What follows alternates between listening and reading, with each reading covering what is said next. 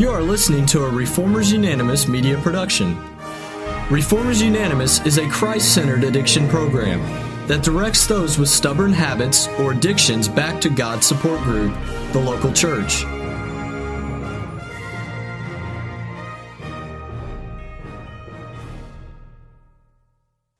I do want to open up with something just kind of funny. You know, these are the Joy Bells, and we mention them because Mrs. Joy Lemke, started them when she was Miss Joy Kingsbury, and she's not here with them because she just had her first baby. And so I'm all in this baby mode from at home, you know, from holding little Faith, and she's so precious, and she's so tiny. And then we had a lady in our church that just had triplets. Yes, triplets. And they're so itty-bitty, and they're so precious, and I just get in this baby mom. And then it's Mother's Day, you know, coming up. And my mom was just at my house, and I'm so thankful for my mom. And I read this article this week. I'm constantly reading articles and things, but listen to this. It says, what's a mom's work worth? After I read this, you're going to go home and thank your mom. She's a teller of bedtime stories, a packer of lunches, a dispenser of wisdom, and a dryer of tears. From bandaging skinned elbows to helping out with homework, nobody does it like Mom. That's true, right? Nobody does it like Mom. How many of you have kids? How many have a mom? Okay. This is from the U.S. Bureau of Labor Statistics. It says a mom's worth, our review of wage data found that an assortment of common tasks is worth, you ready for this? This is how much a mom's worth a year. $60,182. Woohoo! But guess what? We got a pay cut because last year it was worth $61,436. So I don't know how that happened. But anyway, here's what I know. My mom's worth way more than $60,000 a year. All that she does still to this day. And I'm very appreciative for my mom and for everything that she does. And there's really no way to put a price tag on it. But I've been watching these new moms, and it's priceless. I love it. It's so precious. And the look on their face when they look in their baby's face. But I have 3. And something happens with each child. You become a little bit more lax. You know what I'm saying? Do you know what I'm talking about? Have you ever noticed this? I just got to read a few of these to you. I'm not going to read them all. They're so good, but these just make me laugh. Because in this, it says the birth order of children. With your first baby, you begin wearing maternity clothes as soon as your OBGYN confirms your pregnancy. With your second baby, you wear your regular clothes for as long as possible. And with your third baby, your maternity clothes are your regular clothes. Right? Listen to this one. I love this one. I can relate to this one. With your first baby, you're preparing for the birth. You're getting ready. You know, you read everything and you do all those breathing exercises, remember? So with the first baby, you practice your breathing religiously. With the second baby, you don't bother because you remember the last time breathing didn't do a thing. With the third baby, I love this. You ask for an epidural in your 8th month, right? You know it's coming. I'm going to do one more. Let's see. This is my favorite one of all. And if they know my kids, so they know that this is really funny. Things happen in the house. You know, as they're toddlers and they're growing up, babies put everything in their mouth, right? So with your first child, when that child swallows a coin, you rush the child to the hospital and you demand that x-rays are done immediately.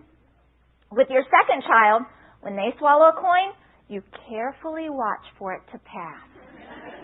With the third child, you deduct it from their allowance. I just love that one. That's my favorite. So I have more of those, but I'm not going to take any more time to read them. I'll read them in some of the other sessions. But I just love watching new moms, and I am very thankful for what God's doing in Joy's life and for bringing them this baby. Back to my lesson on the King reigns. Again, I'm going to say I don't think there's one face that I'm looking at in this room that I'm looking going, oh, I don't think she wants to surrender to God. Oh, I don't think she wants to experience God. As I look across this room, that's why you're here. I mean, you chose to come here because you want to be closer to God. You chose to come here because you have a desire to surrender to God. But through the years, I see things and I observe things, and even in my own personal life, I know this is true. Things come up. Things happen. Life changes. Our situations change. Uh-ohs happen. And I hear things like this. Well, I want that, but things like this. My husband just isn't the spiritual leader he needs to be. Or, I want to, but my life isn't just like yours. I want to do that, but my past, I just don't have a good past. Or, I wasn't reared in a Christian home, and my parents, well, you just don't understand. Or, I want to serve God, but the church won't hire me. I hear that so much. I want to serve God, but I can't because my husband left me. I'm a single mom. Oh, God can use you. I want to serve God. I want to surrender God, but my kids don't want to go to church. I want to experience God. I want to surrender to Him, but I don't have any talent that I can give to Him. I hear things like those and many others, and if I don't hear things, I see things. Like I observe and I see this going on. Like I hear people say, oh, I want to experience God, yet they miss church regularly. Or they jump from church to church to church, not sitting place very long. Or they look and act just like the world, yet they say they want to experience God and they want to surrender to God, yet they don't look any different than the world looks. Those are not the actions of a person who's really serious about surrendering to God. And I think what happens, like I know with those people that I just talked about, I think what happens, and I'm getting to my lesson here in just a second, I'm just leading up to something. I think what happens, like those people that I talk to and they want to serve God and they want to surrender to Him, so they want the church to hire them, they get in their heads, we get in our heads, we put God in a box of how He can use us. And we decide what we'd be good at. And can I just let you in on a little secret that I've learned? God probably wants to use you in a totally different capacity than what you think is best. If you would have told me straight out of college that I'd be doing today what I'm doing today, I would have told you, you're nuts. You don't know God. That's not what God has planned for me. I'm supposed to teach 4th grade. That's what I'm supposed to be. Jenny, you have my job. That's what I'm supposed to be doing. And that's if I had put God in a box. And I think what happens, and I know everybody's situation's different, and I know everybody's circumstances are different, but this is what I've learned. I believe the reason that most women find it hard or impossible to experience God or surrender to Him is that they truly don't trust Him through their circumstances. An uh-oh happens, something difficult happens, your life changes, a job gets lost, a child passes, a husband is gone. I don't know. I don't know the circumstance. They're all different, and I don't know what yours is. He does. But I know this in the years of Christian experience that I've had in working with women, we're all gung-ho about serving God and experiencing Him as long as things are going good. And as long as it goes the way we want to go it, or we want it to go. Did you like that? We go it. As long as it goes the way we want it to go. But the minute something strange happens, the minute that there's a bump in the road, we run. We bolt. And that's what I'm going to take us to a book in the Bible, and I want you to open to the book of Esther. Ladies, you're going to hear some things you've heard already. But I want you to go to the book of Esther. We're going to look at an example that God gives us in His Word, someone whose situation was different, whose circumstances were worse than anyone in this room, I guarantee it, and see what God can do when a woman yields her life for such a time as this. I do believe that the reason that most women find it hard or impossible to experience or surrender to God is that they do not trust Him when they don't understand their circumstances. And we're going to find in the book of Esther a historical account that takes place during the empire of the Medes and the Persians, in which God emphatically proves that He uses circumstances to advance His plan. Do you understand there's no uh-ohs with God? Do you understand He didn't wake up today surprised with what happened in your life? Do you understand He already knows that was going to happen? And so we have these circumstances, and we're going to look at what happened in Esther's life. Turn to Esther chapter 1. I'm going to talk fast and read fast. Chapter 1, verse 1. Now it came to pass in the days of Ahasuerus, that is Ahasuerus, which reigned from India even unto Ethiopia, over 127 provinces. And verse number 3, in the 3rd year of his reign, he made a feast unto all his princes and his servants, the power of the Persia and Media, the nobles and princes of the provinces being before him, and he showed the riches of his glorious kingdom. For how long? 180 days, 180 days, 6 months he had a party. That's a party. For 6 months, this king Ahasuerus decides to have a party, and God starts to tell us about it in chapter 1, how beautiful it was, how elaborate it was, and how he, look down in verse number 7, they gave them drink in vessels of gold, the vessels being diverse one from another. He made every person who was there their own golden cup made out of real gold, and they were all different. This is some kind of party. 180 days. And God goes through the story and talks about how that, here in just a minute, we're going to look in verse number 10, look at it. On the 7th day, when the heart of the king was merry with wine, he commanded his followers there, his people that work for him. I'm not going to try to pronounce all their names. And all those people, he had them to bring Vashti in verse number 11, the queen, before the king with the crown royal, to show the people and the princes her beauty, for she was fair to look upon. But the queen Vashti refused to come to the king's commandment by his chamberlains. Therefore, the king was very wroth, and his anger burned in him. Look down at verse number 15. What shall we do to the queen Vashti according to the law, because she had not performed the commandment of the king Ahasuerus? What are we going to do? She can't get by with this. I mean, it says here in the scripture, if she gets by with this, all the women in all the lands are going to think it's okay for them to disobey their husbands. King, you can't let her get by with this. And there's all these men around him talking to him and telling him why he can't let this happen. So, verse 16, Memucan answered before the king and the princes, Vashti the queen hath not done so wrong to the king only, but also to all the princes and to all the people that are in the provinces of King Ahasuerus. Look down in verse number 19. If it please the king, let there go out a royal commandment from him, and let it be written among the laws of the Persians and the Medes, that it be not altered, that Vashti be no more the queen, and we're going to give it to somebody else. She's going to lose her place. And the saying, verse number 21 says, please the king and the princess, and the king did according to the word of Memucan. What is going on in this story? We read about it in God's word. We read about it in the book of Esther. This king has this party, and he wants to show off his wife, and she doesn't obey. So she's gone, and he's going to pick another one. He's going to show her. And through the whole book of Esther, that's what we learn. Well, guess what else is going on? There's a whole different thing going on. When you take your Bible and you take your history book and you read about King Ahasuerus in history, he was called Xerxes. And you read about Xerxes in history, you discover that Xerxes was a very greedy man. And the reason he had this banquet was because he wanted to gain another country that he didn't have. I mean, he had 127 of them, but that's not enough.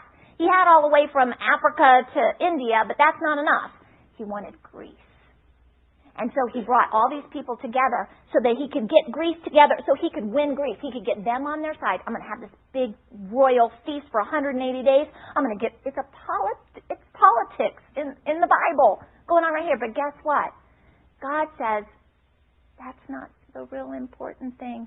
That's what the historians say is important. That's what they put in the history books.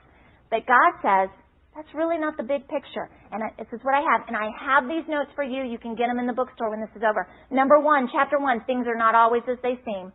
Our circumstances often block our view from the big picture. You see, in the history books, you look and you see what's going on, and it's all about this battle. But the Bible, God tells us, that's not the big picture. And many times in our life, in our circumstances, we're going through life and we have these circumstances and these things happen to us, and that's all we can see. And God's saying, woohoo, I'm up here. I see the whole picture. You're not seeing everything. I can see everything. You've got to trust me. And God says things are not always as they seem. Our circumstances often block our view from the big picture. Look at chapter number 2. Verse number 2. Then said the king's servants that ministered unto him, let there be fair young virgins sought for the king. Okay, let me tell you something. These men that are standing behind him, they're politicking now. Because they want him, hey king, bring all the fair young virgins from all the countries and pick your favorite. You know what they're thinking? Ooh, I bet he'll pick her. She's from my country. Ooh, I bet he'll pick her. She's from my country. They're trying to move up that ladder themselves. And so they're telling him all this stuff, and he's listening. He's very insecure. And he's listening to what they're telling him. Look down at verse number 5. Now in Shushan the palace, there was a certain Jew whose name was Mordecai, the son of Jair, the son of Shimei, the son of Kish, a Benjamite, who had been carried away from Jerusalem with the captivity, which had been carried away with Jeconiah, king of Judah, whom Nebuchadnezzar, the king of Babylon, had carried away. And he brought up Hadassah, that is Esther, his uncle's daughter, for she had neither father nor mother, and her maid was fair and beautiful. And the maid was fair and beautiful, whom Mordecai, when her father and mother were dead, took for his own daughter. He started to raise from herself. Let me tell you, verse number 8, It says, "And so it came to pass when the king's commandment and his decree was heard, and when many maidens were gathered together into Shushan the palace to the custody of Haggai, that Esther was brought also into the king's house to the custody of Haggai, keeper of the women." Number 2, I have a spectacular upbringing. Home life or wealth is not required for God to use you. You've read the story of Esther. I know many of you have. You know what's going to happen at the end. But she didn't have some kind of spectacular upbringing, that God chose to use her. And let me tell you something else. This is where they got the story Cinderella from, was the book of Esther. But this is really no Cinderella story, is it? If you know how they did this back in Bible times, they basically kidnapped these women. It's not like they took them by volunteer. Would you like to go? Would you like to go? It wasn't like that. They kidnapped them. They took them. They put them in a harem. There's the first harem. There's the second harem. They're in the first harem till they go before the king. They go spend the night with the king. And then they go into the second harem. They're slaves. They're in captivity. They can no longer be with their family. And all the young virgins from all the 127 provinces are taken captive and put in this harem for the king. Do you think this is the life she had planned for herself? Do you think she was going, God, did you forget about me down here? Hello? Life is complicated, and God can use whatever He wants to work out His purposes. Did you hear that? God can use whatever He wants to work out His purposes. That means your circumstances. Are you going to surrender them to Him? Or are you going to say, but God, that's not fair. I don't like that part of my life. I don't want that. That's not what I ordered. That's not what I asked for. You said, delight thyself also in the Lord. He shall give thee the desires of my heart. This is not the desire of my heart. And we put God in a box. God says, you're not seeing the whole picture. Trust me. Life is complicated. God can use whatever He wants to work out His purposes. Look at verse number 15. This is a Bible study, a fast one. "And when the turn of Esther, the daughter of Abihail, the uncle of Mordecai, who had taken her for his daughter, was coming to go into the king, she required nothing but what Haggai, the king's chamberlain, the keeper of the women, appointed. So she obtained favor in the sight of all them that looked upon her." This was an amazing woman. This woman could have anything she wanted before she went in to see the king. Anything she asked for. Riches, clothes. Hello. Clothes, shoes, purses. Because she could have had anything she wanted. She asked for nothing. She said, what would you have me to have? Did you see that? May we all learn that lesson. I want this. I want this. I want maybe this. God, what would you have me to have? Husband, what would you have me to do? Dad, what would you have me to do? Whoever that authority is in your life. Pastor, what would you have me to do? Not, I want to do this. I want to teach this Sunday school class. How about, Pastor, what would you have me to do? But I want to teach. You need the bathrooms cleaned? There are no uh-ohs with God. He is not surprised by our circumstances. Verse number 15. Then Esther, I'm skipping ahead here. I got to keep in my notes. I'm sorry. Verse number 15. Already read. Verse number 17. The king loved Esther above all the women, and she obtained grace and favor in the sight more than all the virgins, so that he set the royal crown upon her head and made her queen instead of Vashti. What do you think is going through her head right now? She's been kidnapped. Now she's being made queen. And guess what that means? That just means she gets the royal crown and she goes into the second harem. It's not Cinderella's story. They lived happily ever after. She fell in love and la la la la la la la la la. This is, ew. This is not what I wanted, God. Who knows what those dreams were in her mind? I don't know. Different culture, different time. But I guarantee you, this young girl named Esther, this beautiful young maiden, was not thinking, I want to live in a harem for the rest of my life. She was not thinking, God, please choose me to go live with a grumpy old grouchy king who might kill me tomorrow because he gets mad at me, who's extremely greedy and is never satisfied. And really, I won't be his wife. I'm just going to be called in every once in a while. Do you really think that's what she wanted for her life? Look at verses number 21, 22, and 23. In those days, while Mordecai sat in the king's gate, two of the king's chamberlains, Bigthan and Teresh, I don't know what their parents were thinking when they named them. Of those which kept by the door were wroth and sought to lay hand on the king Ahasuerus, and the thing was known to Mordecai, who told it to Esther the queen, and Esther certified the king thereof in Mordecai's name. And when the inquisition was made of the matter, it was found out, therefore they were both hanged on a tree, and it was written in the book of the Chronicles before the king. What happens here? Mordecai's outside in the gate. He hears these two men. Overhears them talking. He hears they're going to kill the king. So he sends word to Esther and lets Esther know so she can tell somebody. And people found out that it was true, and it didn't happen. And they hung those two men, and it was written down in the king's book. Even when everything around you seems to be going wrong, God is working. What in the world's going on? God, this doesn't make any sense. Because look at chapter 3, verse number 1. After these things, did King Ahasuerus promote Haman, the son of Hammedatha, the Agagite, and advanced him and set his seat above the princes that were with him. Wait a minute. Mordecai just saved your life, and you're advancing Haman. Wait a minute. What about Mordecai? Wait a minute. What's going on here? God, I'm in this harem. My uncle just saved the king's life. Nobody even said thank you to him, and I'm still stuck in this harem. God, can't you do something? This is not what... God, I know this is not what my mom and dad would have wanted. I know this isn't what they planned for. God, did you forget about me? You took my parents. Now I'm just this orphan girl. Now this is all I'm good for. God, do you hear me? Even when everything around you seems to be going wrong, God is working. There's a plan for verses 21, 22, and 23. God's going to use it later. You don't know what's going on in your life right now, and what God leads you to do through your authority that God's going to use in your life later. You have no idea. Just like Esther didn't. Look at chapter 3. I already said it in the verse number 1. Haman is promoted. Verse number 2. And all the king's servants that were in the king's gate bowed and reverenced Haman, for the king had so commanded concerning him. But Mordecai bowed not, nor did him reverence. Mordecai's not going to bow to him. But I had to say this in chapter 3, verse number 6. Life on earth is full of injustices, but rest assured, God can use them to advance His plan.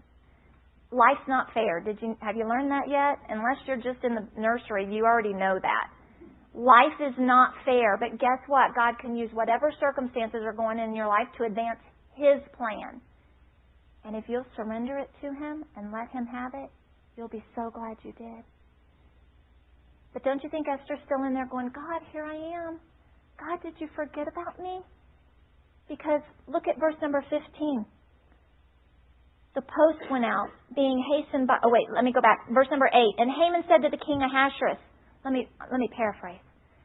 Haman says, King, there's people out there that aren't bowing down to you. They're not obeying you. They're not following your laws. They're not listening to you. And King, I think you ought to do something about it.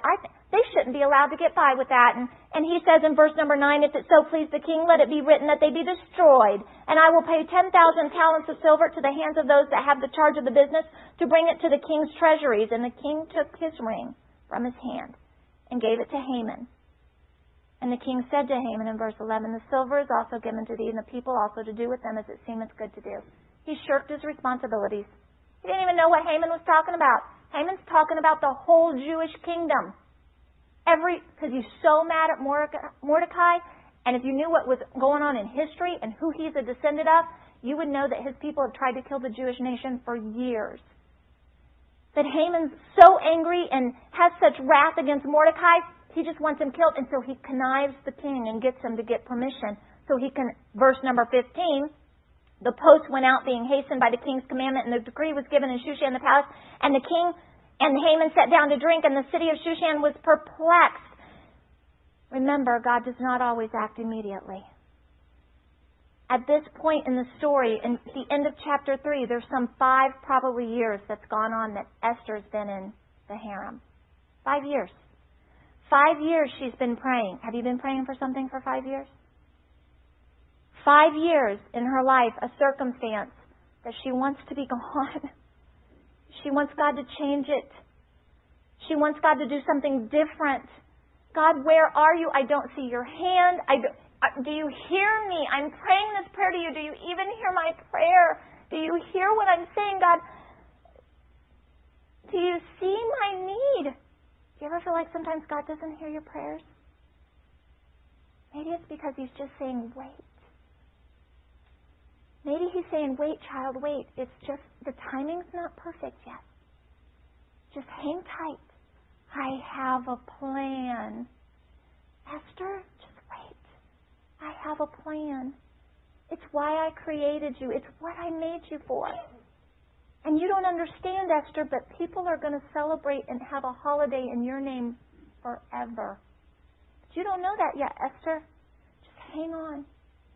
Hang on, Esther, and let's go to chapter 4, my favorite. Verse number 1. When Mordecai perceived all that was going on, he heard what Haman had done. He went and he rent his clothes. He put on sackcloth with ashes, and he went out into the midst of the city and cried with a loud and bitter cry. Verse number 4. So Esther's maids and her chamberlains came and told it to her. Hey, Mordecai rent his clothes. He ripped his clothes. Then was the queen exceedingly grieved, and she sent Haman to clothe Mordecai and to take away his sackcloth from him, and he received it not. Isn't that just like a woman? We want to fix it, right? You ripped your clothes? Let me fix it for you. Here's some new ones. Put a Band-Aid on it. She didn't know what was really going on. And sometimes we need others to reflect back to us what is going on in our own lives because we can't see the forest for the trees. We get in our little box, and we get here and we can't see, God, are you doing this? You don't love me. Why are you doing this to me? And you need somebody to say, no, child, God loves you. Just hang on. You need to listen to somebody else who's not blinded, who's on the outside of the situation. Have that good godly counsel. Verse number 4 and verse number 5. Then called Esther for Hatak, one of the king's chamberlains, who had been appointed to attend upon her, and gave him a commandment to Mordecai to know what it was and why it was. Okay, go find out what's wrong with him. Go find out what's going on, why it is. And verse number 8, and he also gave him a copy, Mordecai gave him a copy of the decree that was given at Shushan to destroy them, to show it unto Esther, and to declare it unto her, and to charge her that she should go unto the king to make supplication for him, and to make request before him for her people. Do you understand that? Listen to this.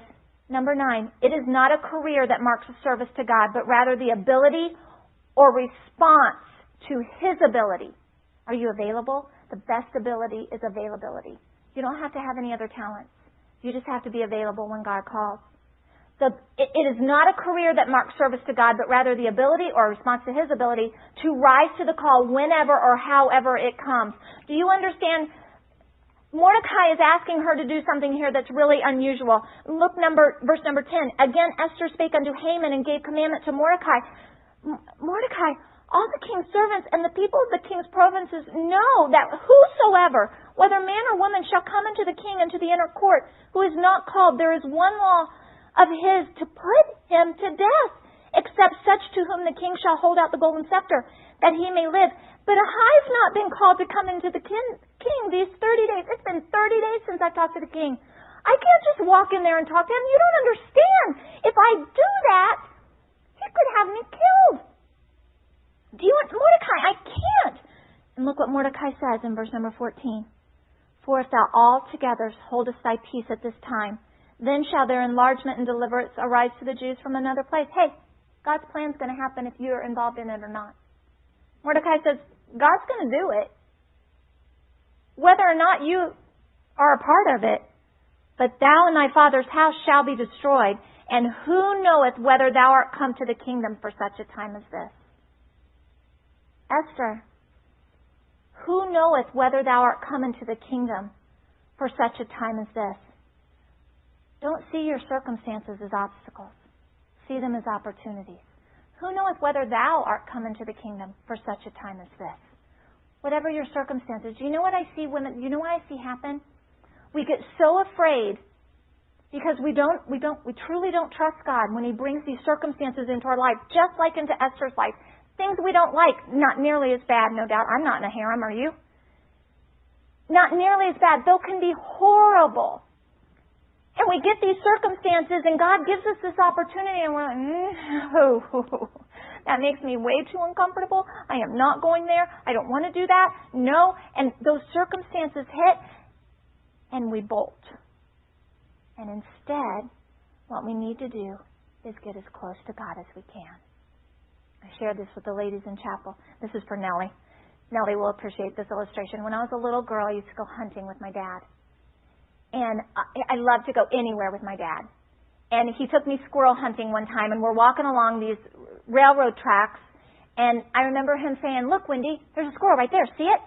And I looked up, and I was about 4 years old, 4 or 5. "No, Dad, I don't see it." "Right there, through those trees. You see it?" "No, I don't see it." So then he reaches down, and he picks me up. And he goes, "Look, right there, through those trees." "I don't see it." And I still remember it. I still remember what it felt like. He pulled my face closer to him. I could feel the stubble on his face. And I got real close to him and leaned in. And he goes, "Look, right through there. Do you see it?" "Yeah, I see it." You know why? I had to get close to him where I could see it from his perspective. I couldn't see it from where I was. And many times in our life, in our circumstances, and what God allows to come into our lives, we don't like it. It's uncomfortable, which that's why God gave us a comforter. We don't like it. It's uncomfortable and it makes us feel miserable, and it's not what we planned. It's not what I had written in my journal. It's not what I had planned for my life. You don't understand. I had it all figured out for you, God, and you chose a totally different path. And this is what it was supposed to be, and I don't like it like this. But God says, "Come here. Get close to me. Come feel the stubble on my face, and you'll see it from my perspective." Get close to him. Instead of running and bolting, run towards him and get as close to him as you can. You can do that through his word. Draw nigh to God, he'll draw nigh to you. You do that through his word. You do that through spending time with him. You fall down on your face before God. You pray to him. You plead the blood. You get down on your face and you say, "God, I need to be close to you. I don't see you. I don't understand why you're doing this. But God, I know you're trustworthy. I don't understand it. I don't see it. I'm going to get as close to you as I can, so maybe I can see it, but I still may not see that squirrel, Dad. But I'm going to trust you that it's there. Go ahead, Dad. You can shoot it. I know you see it. But I didn't always see it. But I knew my daddy saw it. And I trusted him. How much more should I trust my Heavenly Father when he brings those uh-ohs and those circumstances into my life? It often takes a crisis to get a person to step up to the role that God has planned for them. I love verse 14. "Who knoweth whether thou art come into the kingdom for such a time as this?" And what does Esther do? 15 and 16. "Then Esther bade them this to return to Mordecai this answer. Go gather together all the Jews that are present in Shushan, and fast ye for me, and neither eat nor drink for 3 days, night or day. I also, my maidens, will fast likewise, and I will go into the king, which is not according to the law. And if I perish, I perish. The very thing from which we run away may be the things God wants to use to propel you forward." It's a part of his plan. It's what he has planned for your life. So many times we think, "Oh, that's awful, God. Why did you let that happen in my life?" And God's saying, "Oh, well, if you just wait a little bit longer, you'd see the big picture. I have a plan. There's a purpose. There's a plan." Chapter number 5. I got to hurry. Verse number 1. Our circumstances equals God's providence. "Now it came to pass on the 3rd day, Esther put on her royal apparel," and every woman knows how smart her apparel is. "She put on her royal apparel and stood in the inner court of the king's house over against the king's house, and the king sat upon the royal throne in the royal house over against the gate of the house. And it was so, when the king saw Esther and the queen standing in the court, that she obtained favor in his sight. She was able to come in, and he said, 'What wilt thou have, Queen Esther?'" The first time she's ever called by that title. "And what is thy request?" And she answered, "If it seem good unto the king," verse 4, "let the king and Haman come this day to a banquet that I have prepared for him." She said, I want to have a banquet, and I want you to come." And he says, "Fine, that's what we'll do." Down at verse number 9, "Then went Haman forth that day joyful." Oh my word, he was so puffed up with pride. He was so excited. Esther called, "I get to go with the king to a banquet with Esther." And he was so puffed up, and then all of a sudden, look what happened immediately. But when Haman saw Mordecai in the king's gates, his thoughts changed. He jumped on an emotional roller coaster, the same ride we get on all the time. And his emotions went from he to, and all of a sudden he's depressed. Realize as circumstances change quickly, things can be instantly turned upside down. I'm so ahead in my notes. And listen to this. Living on your emotions sets you up to sin. Don't let your emotions control you. Let God control your emotions. I've never taught the whole book of Esther in one lesson. I'm trying to rush through it. Living on your emotions sets you up to sin. Don't let your emotions control you. Let God control your emotions. Chapter number 5, verse 9 and 10, read 13 and 14. Yet all of this availeth me nothing, so long as I see Mordecai, the Jew, sitting in the king's gate. Then said Zeresh, his wife, and all of his friends unto him, here's what you ought to do, Haman, go build some gallows and have Mordecai hung on those gallows. He just upsets you so much. Just take care of him. Don't wait for the decree to happen. Just get rid of Mordecai. And Haman said, I like that idea. Let's do that. And he's letting his emotions control his life. Chapter number 6, look at verse 1. On that night could not the king sleep. The very night those gallows are being hung.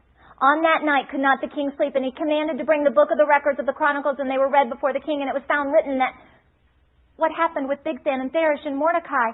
And the king said in verse 3, what honor and dignity had been done to Mordecai for this? Then the king's servants that ministered unto him said, there is nothing done for him. And the king said, well, who's in the court right now? Haman's here. Listen to this. Look at me. Haman's in the court. We'll bring him in here. Haman, let me ask you, what should be done to the person whom the king delighteth to honor? Remember, Haman's pretty puffed up with that pride right now, remember? And he's like, oh, the king must be going to want to honor me. Let's see. King, if you want to honor somebody, give them your royal crown and your coat and put them on your horse and have one of your big princes guide them through the town proclaiming, this is who the king delights to honor. And the king says, I like that idea, Haman. That's good. You go get the horse. Go give the crown and the coat to Mordecai, and you take him through the town, and you tell everybody this is who God wants to honor. Can you imagine the humiliation?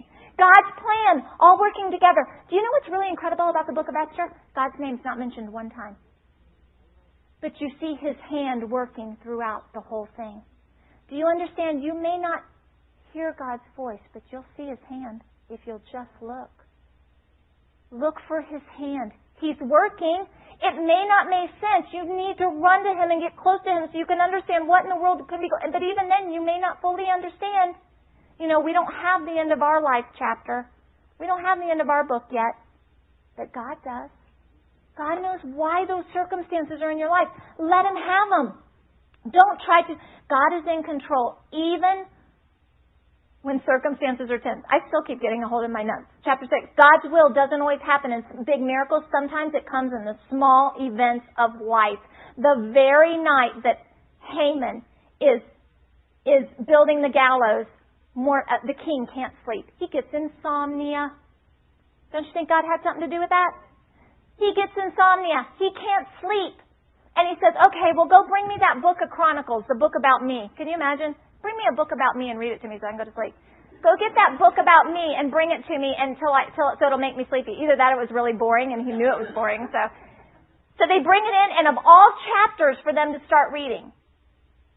Of all chapters, they start reading the chapter about when Mordecai saved his life. God's hand's all over this. And so then what happens? Look at the end of verse number 14. And while they were yet talking, go back to verse 12. I think it's so amazing. Mordecai, so much humility. As soon as he came again to the king's gate, as soon as it was over, he just got down. He didn't get puffed up with pride. But Haman hasted to his house mourning, having his head covered. Such humiliation. Verse 14. And while they were yet talking with them, they came and got him and said, it's time for the banquet with Esther. And he gets before Esther and the king, chapter number 7. God is in control even when circumstances are tense. And circumstances can change quickly. Things can be instantly turned upside down. And that's exactly what happened in chapter number 7. Haman gets in there. He's getting puffed up again because here I am with the king and with Esther. And thank you. And Esther hasn't been a long time. Oops, I'll hurry. And Esther says, okay, king, this is what's happening. This is why, Esther, what would you have? What is it you want? King, somebody's having all these people killed. And I'm sure that you didn't want that to happen, and they're my people, King. And I'm asking you to not let it happen. Well, who would do such a thing?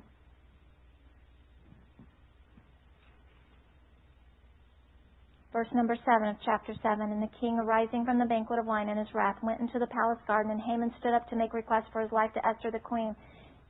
For he saw that there was evil determined against him by the king. And when the king returned, he thought that Haman was coming on to the queen. And so guess what ends up happening? Look down at verse number 10. And so they hanged Haman on the gallows that he had prepared for Mordecai. Then was the king's wrath pacified. Chapter number 8, verses 1 through 3, you're going to find out that Mordecai gets promoted. You're going to find out that Esther gets promoted. You're going to find out that the decree gets taken down. God rewards those who are faithful. And let me tell you something, verses 15 through 17, you're going to see that in every province and in every city, whithersoever the king's commandment and decree came, that the Jews had joy and gladness, a feast and a good day. And many of the people of the land became Jews, for the fear of the Jews fell upon them. Do you want to show the world the hand of God? Respond correctly like God wants you to during those tough circumstances. Our world needs to see the hand of God. It brought fear upon all the people when they saw what God did for the Jews. The world needs to see what God's doing in your life, but what happens is we don't let the world see because we bolt. God, no, I don't want that. No, God, no. That's not what I had planned. True faith comes, and true faith can take us down some pretty unexpected roads. But I guarantee you this, Esther never dreamed that they would have a holiday in her name. Esther never dreamed that they would celebrate her name every single year. Esther never dreamed that when the Jews were, during World War II, World War I, when the Jews were held in the concentration camps, Hitler literally took the book of Esther out of Bibles and wouldn't let anybody have the book of Esther, but they read it out loud. They knew it from memory, and they would celebrate Esther's name every single year. Again, the reason that most women find it hard or impossible to experience or surrender to God is because they do not trust Him when they don't understand their circumstances. But if God can come right down in the middle of a bad decision made by an indecisive king, being manipulated by his advisors, and use the events that transpire to advance His history and His plan, don't you think He can work in yours? Let Him have it. Embrace your circumstances. Don't try to erase them. God, here they are. I give them to you. It's not because He doesn't love you. It's just the opposite. It's because He does love you. And it's what He's given you for your life. He's trustworthy. You can trust Him. He's not going to let you down. Psalm 71:1, In Thee, O Lord, do I put my trust. Let me never be put to confusion.